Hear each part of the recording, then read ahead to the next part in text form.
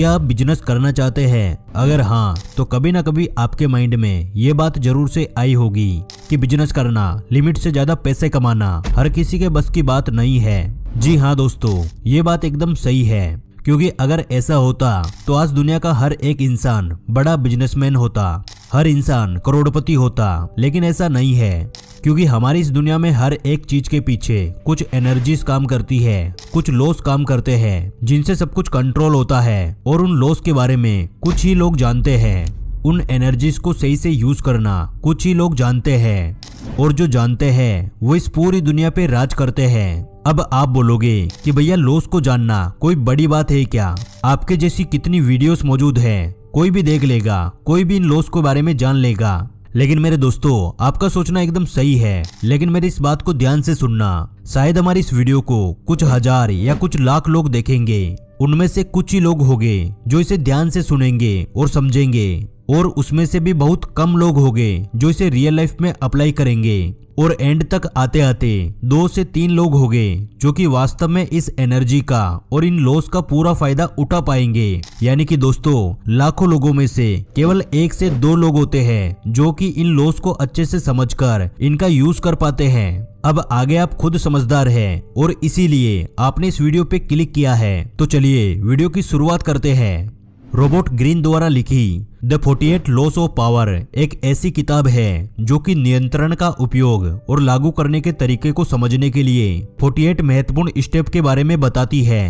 ये सभी 48 लॉस इंसानों को इफेक्टिव ढंग से शक्ति का खेल खेलने और उनकी बिजनेस पोटेंशियल को आगे बढ़ाने में मदद करने के लिए एक्शंस, थॉट्स और कई सारी टेक्निक्स के बारे में सिखाता है। ये सभी लॉस कई विषयों को कवर करते हैं, जिसमें अपनी इंटेंशंस को छिपाना, मदद मांगना, दुश्मनों को हराना और समय पर महारत हासिल करना शामिल है। आज हम इन 48 लॉस में से 6 ऐसे लॉस को जानेंगे जो कि किसी भी इंसान को बिजनेस में ऊंचाई तक ले जा सकता है, किसी भी छोटे से स्टार्टअप को एक बड़े बिजनेस में बदल सकते हैं। यानी जो भी इंसान बिजनेस करना चाहता है उसके लिए इस वीडियो में बोला गया एक एक वर्ड गोल्डन वर्ड की तरह है। बस आपको अपने कुछ मिनट मुझे पूरी तरह से समर्पित करने हैं। कुछ मिनटों तक आपको ध्यान से इस वीडियो में बताई गई बातें सुननी है। क्या आपको पता है दोस्तों, जो सैमसंग कंपनी आज इलेक्ट्रॉनिक इंडस्ट्री में राज कर रही है, उसने अपने कॉम्पिटिटर्स को दोस्त बनाकर ही मात दी। हाँ, ये सुनने में थोड़ा अजीब लगता है, लेकिन यही इनका मास्टर स्ट्रोक है। सैमसंग ने 48 लॉस ऑफ पावर बुक के law number 14 pose as a friend work as a spy का ऐसा इस्तेमाल किया कि बड़े बड़े दिग्गज भी देखते रह गए। इन्होंने पहले Apple, Intel, Motorola, Dell, HP, Nokia जैसी बड़ी बड़ी नामी कंपनियों से दोस्ती की, उनके साथ कोलैबोरेशंस किए, और फिर इनका असली खेल तब शुरू हुआ जब सैमसंग ने इन कोलैबोरेशन के जरिए कॉम्पिटिटर्स की टेक्नोलॉजी, स्ट्रेटजीज और मार्केट सीक्रेट का पूरी तरह से पता लगा लिया, जिसके बाद इन्हें अपने कॉम्पिटिटर्स को कुचलकर आगे निकलने में बहुत ज्यादा देर नहीं लगी। ये बहुत ही जल्दी आगे बढ़ गई और काफी सारी कंपनीज इनसे पीछे छूट गई। और इसका सबसे बड़ा एग्जाम्पल साल 2004 में उस वक्त देखने को मिला जब सैमसंग कंपनी ने सोनी के साथ मिलकर एक जॉइंट वेंचर शुरू किया। इस वेंचर में सोनी की एडवांस टेक्नोलॉजी का इस्तेमाल करके लार्ज एलईडीज बनानी थी। लेकिन इस दोस्ती का नतीजा क्या निकला? सैमसंग ने धीरे धीरे पूरे वेंचर को ही एक्वायर कर लिया और सोनी बस देखते ही रह गया। वैसे क्या आप जानते हैं, सिर्फ सैमसंग ही नहीं बल्कि स्टीव जॉब्स, इलोन मस्क जैसे दिग्गज भी 48 लॉस ऑफ पावर की रूल्स को अपनी सफलता का हथियार बना चुके हैं। तो दोस्तों, अब बढ़ते हैं हम अपने 48 लॉस में से 6 ऐसे लॉस की तरफ जो कि आपको या फिर इस दुनिया के किसी भी इंसान को बिजनेस की कैटेगरी में महारत हासिल करवा सकता है। Number 1, law 3 conceal your intentions, यानी अपने असली इरादों को सीक्रेट बनाए रखें। दोस्तों, जब स्टीव जॉब्स आईफोन के डेवलपमेंट पर काम कर रहे थे, उन्होंने जानबूझकर सबको ये यकीन दिलाया कि उनकी कंपनी सिर्फ आईपॉड और मैक पर फोकस कर रही है। और फिर 2007 में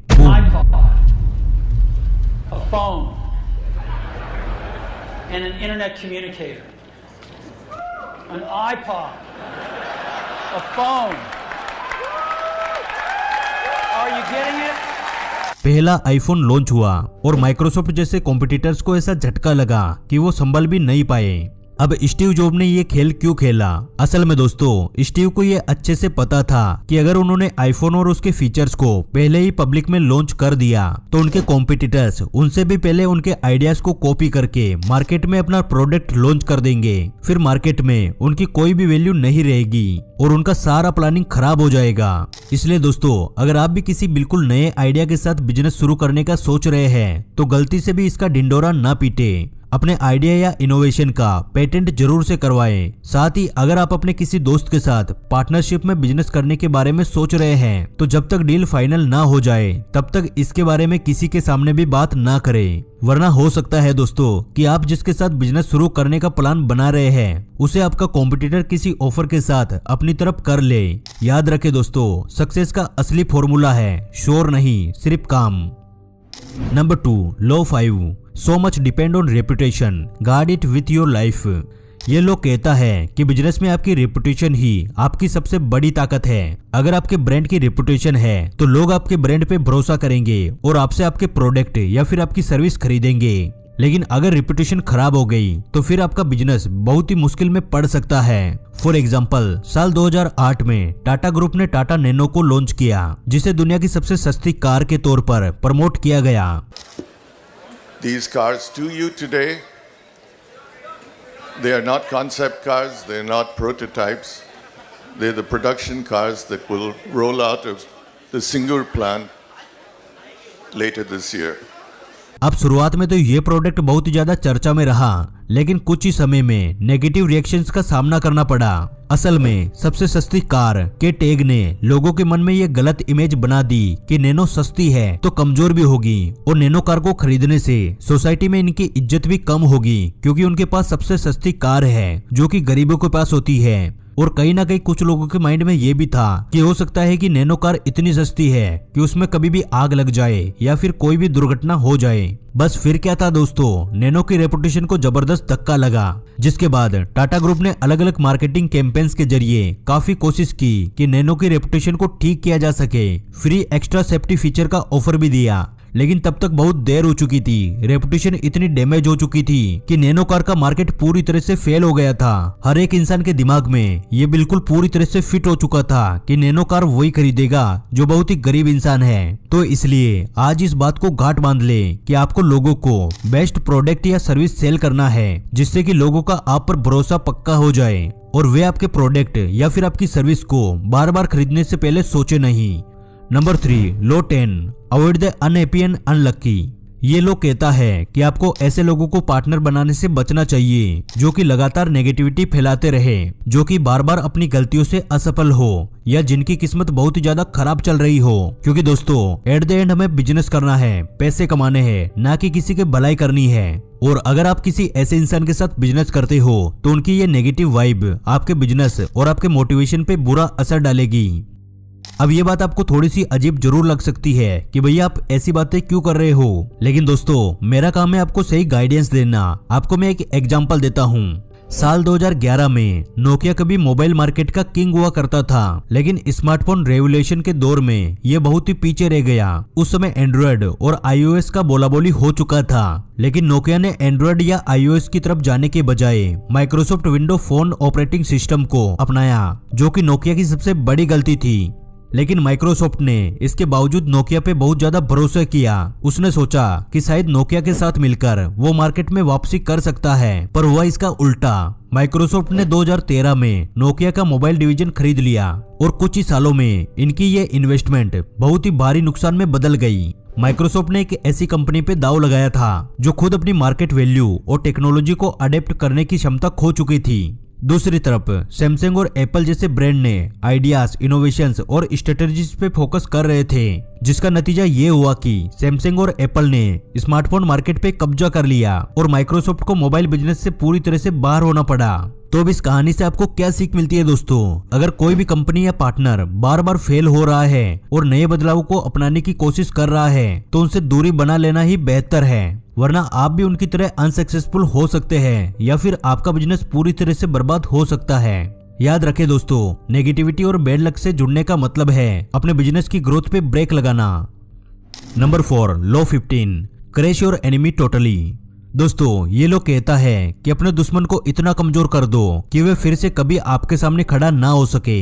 यानी अगर बिजनेस में आपका कोई कॉम्पिटिटर है तो सिर्फ अपने प्रोडक्ट या सर्विस को बेहतर बनाने से काम नहीं चलेगा, बल्कि आपको अपना पूरा बिजनेस मॉडल ही इस तरह से तैयार करना होगा जिससे कि आपका कॉम्पिटिटर आपके सामने बिल्कुल भी टिक ना पाए। जैसे 1990s के अंत में एक मजबूत बुक स्टोर चेन हुआ करता था। लोग किताबें खरीदने के लिए बॉर्डर्स पे ही जाते थे, लेकिन फिर अमेजोन की शुरुआत होती है और सब कुछ बदल जाता है। अमेजोन ने 1994 में ऑनलाइन किताबें बेचने का फैसला लिया, लेकिन कुछ ही समय में जेफ बेजोस ने ये समझ लिया था कि बॉर्डर्स जैसी कंपनी से मुकाबला करना आसान नहीं होगा। इसलिए इसके बाद उन्होंने जो किया उसने अमेजोन का अस्तित्व ही बदल दिया। अमेजोन सिर्फ बुक्स बेचने तक ही लिमिटेड नहीं रहा, बल्कि इसने हर एक चीज को ऑनलाइन बेचना शुरू कर दिया।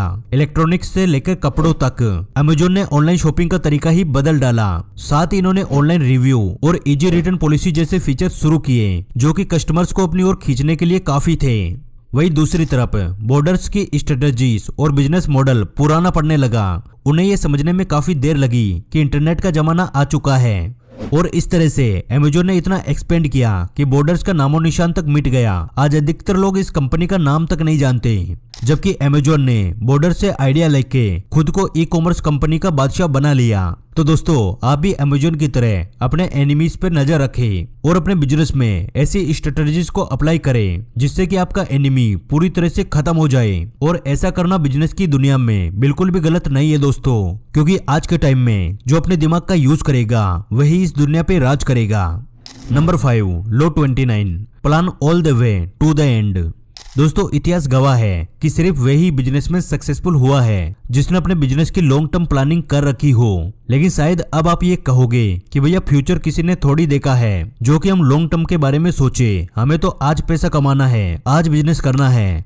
लेकिन मेरे दोस्तों ऐसे काम नहीं चलता। बिजनेस में कम से कम आपके अगले 10 से 20 साल की प्लानिंग आपको पहले से करनी पड़ेगी। तो चलो इस लो को एक एग्जाम्पल से समझते हैं। शुरुआत में जब जियो 4G सिम मार्केट में लॉन्च हुआ था तो ये सबके लिए फ्री था। देश की जनता ने कई महीनों तक जियो के फ्री इंटरनेट और कॉल्स का मजा लिया, और इस दौरान फ्री सर्विसेज की वजह से जियो कंपनी को लगातार लॉस सहना पड़ा। लेकिन जब कुछ ही महीनों में पूरे देश को जियो के 4G हाई इंटरनेट स्पीड की आदत लग गई, तब जियो ने अपना असली दाव खेला।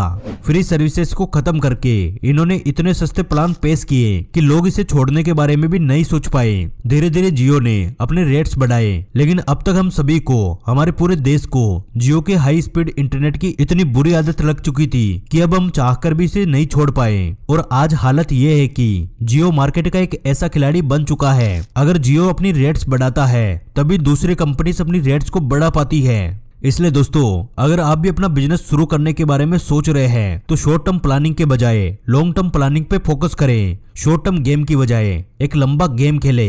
रिस्क मैनेजमेंट पे ध्यान दें। बेसिकली अपने बिजनेस को इस तरह से डिजाइन करें कि वो फ्यूचर प्रूफ हो। Number 6 law 32 play to people fantasies. दोस्तों ये लोग कहता है कि लोग अक्सर कड़वी सच्चाई से बचना चाहते हैं और अपनी जिंदगी में ऐसे सपनों, ख्वाबों और उम्मीदों का पीछा करते हैं जो उन्हें बेहतर और खुशहाल भविष्य के सपने दिखाए, भले ही वो असल में उसे ना दिला पाए। तो अगर आप बिजनेस में हैं तो अपने प्रोडक्ट या सर्विस को सिर्फ एक चीज की तरह मत बेचो। लोगों को ऐसा महसूस कराओ कि आपका प्रोडक्ट या आपकी सर्विस उनके लिए खास है, और सिर्फ ऐसा करके ही आप उनके दिल और पूरे मार्केट में अपना राज कर सकते हैं। ठीक वैसे ही जैसे बड़ी बड़ी कंपनीज लोगों को स्पेशल फील करवाती है। जैसे एप्पल अपने आईफोन को सिर्फ एक फोन के तौर पर नहीं बेचता। कस्टमर्स को लगता है कि आईफोन खरीदने से मार्केट में उनकी वैल्यू बढ़ेगी, सोसाइटी में उनकी इज्जत बढ़ेगी। जैसे टेस्ला सिर्फ इलेक्ट्रिक कारें नहीं बेचता, वे लोगों को ये सपना दिखाता है कि वे सस्टेनेबल फ्यूचर का हिस्सा बन रहे हैं। और ठीक वैसे ही रोलेक्स वॉच सिर्फ समय बताने के लिए नहीं है, ये लग्जरी की पहचान है। जो भी इंसान अपने हाथ में रोलेक्स पहनकर निकलता है तो अलग से उसकी पहचान होती है, लोगों को उस पर ध्यान जाता है। तो दोस्तों कोई भी बिजनेस शुरू करने से पहले हमेशा ये बात याद रखें कि आपको सिर्फ प्रोडक्ट नहीं बेचना है, आपको लोगों की फैंटेसीज के साथ खेलना है। तो दोस्तों यदि आप एक बिजनेसमैन बनना चाहते हैं तो इन 48 लॉस में से ये 6 लॉस आपके बहुत ही ज्यादा काम आएंगे।